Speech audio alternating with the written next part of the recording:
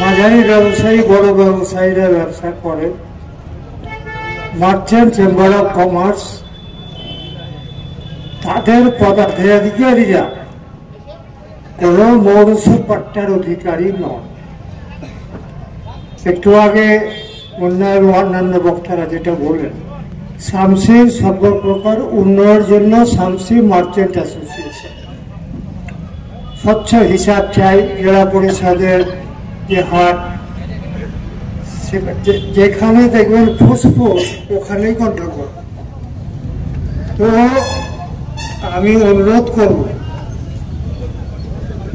গণতান্ত্রিক পদ্ধতিতে শামসি মার্চেন্ট অ্যাসোসিয়েশনের কমিটি হোক। কেউ রাতের অন্ধকারে আপনার গুপাত করে নিলে এটা কিন্তু আমরা মান। তাই শামসি মার্চেন্ট অ্যাসোসিয়েশনের গণতান্ত্রিক পদ্ধতিতে কমিটি গঠনের দায়িত্ব কার আছে? প্রেসিডেন্ট কে আছে?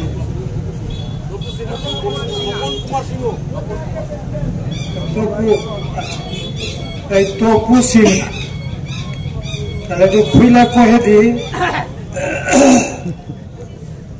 আমার কাছে শামসির কিছু ব্যবসায়িক গেলেন,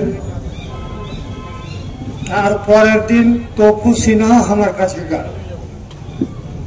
আর আমাদের একজন ভালো নেতা নাম হচ্ছে প্রবীর চৌধুরী, বিজয়দার ভাতিজা, শম্ভুদার বেটা, ভালো ছেলে। দুজন গেল। তপু সিনহার কথাবার্তা শুনে আমাকে কিন্তু ফ্রেশ লাগলো না।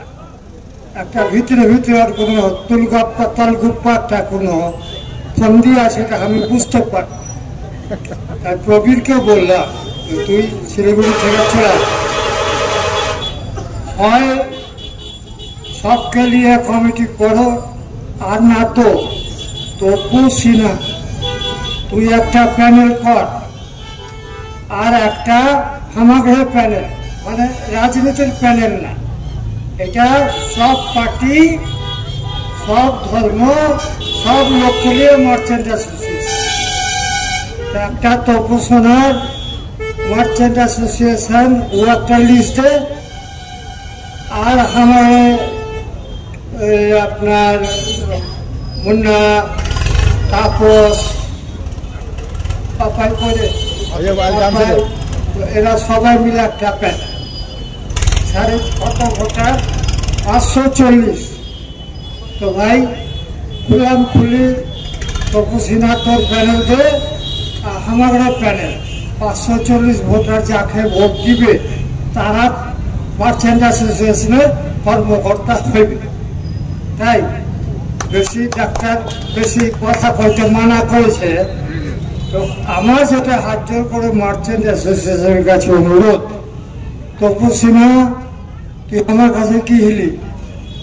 তুই আমার কথা শুনলে হয় সবাই মিলে পয়সা করলে, আর যদি তরফা করতে পারবি না হয় সবাই মিলে পয়সা করো, আর না হলে তুমি তোমার প্যানেল দাও, আমরা আমাদের প্যানেল দিব।